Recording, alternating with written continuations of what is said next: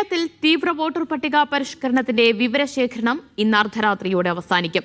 BLOമാർ തിരിച്ചുവാങ്ങിയ enumeration ഫോമുകളുടെ digitalisation 100% പൂർത്തിയായി. പുതിയ കണക്കനുസരിച്ച് തിരികെ ലഭിക്കാത്ത 24.81 ലക്ഷം ഫോമുകളുണ്ട്.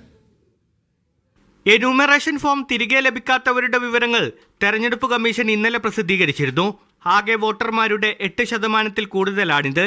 ഇതിൽ മരിച്ചവർ 6.49 ലക്ഷവും കണ്ടെത്താനാകാത്തത് 6.89 ലക്ഷം പേരുമാണ്. സ്ഥലം മാറിയവർ 8.21 ലക്ഷം, ഇരട്ട വോട്ടുള്ളവർ 1.34 ലക്ഷം, ഫോം തിരികെ നൽകാൻ വിസമ്മതിച്ചവരടക്കമുള്ള മറ്റുള്ളവർ 1.86 ലക്ഷവുമാണ്. BLOമാർ പ്രാഥമിക വിവരശേഖരണത്തിന്റെ അടിസ്ഥാനത്തിൽ തയ്യാറാക്കിയ ഈ ലിസ്റ്റിൽ കരട് പട്ടിക വന്നതിന് ശേഷം രാഷ്ട്രീയ പാർട്ടികൾക്കും വോട്ടർമാർക്കും പരാതി ഉന്നയിക്കാം. ഈ സമയത്ത് നമുക്ക് ക്ലെയിംസ് ആൻഡ് ഒബ്ജെക്ഷൻസ് ഒരു മാസം ഉണ്ടാവും. ആ സമയത്ത് അവർക്ക് പരാതിപ്പെടാം.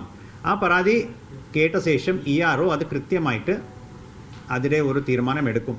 ഇപ്പോൾ പ്രസിദ്ധീകരിച്ച തിരികെ വരാത്ത ഫോമുകളുടെ വിവരത്തിന്റെ അടിസ്ഥാനത്തിൽ നടക്കുന്ന വ്യാജ പ്രചാരണത്തിനെതിരെ നിയമ നടപടി സ്വീകരിക്കുമെന്ന് മുഖ്യ തെരഞ്ഞെടുപ്പ് ഓഫീസർ.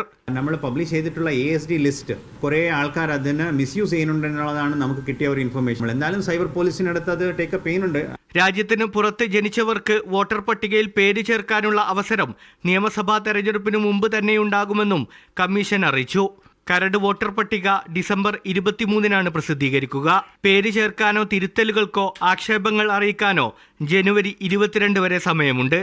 അന്തിമ വോട്ടർ പട്ടിക ഫെബ്രുവരി 21 പ്രസിദ്ധീകരിക്കും. മീഡിയ 1 തിരുവനന്തപുരം.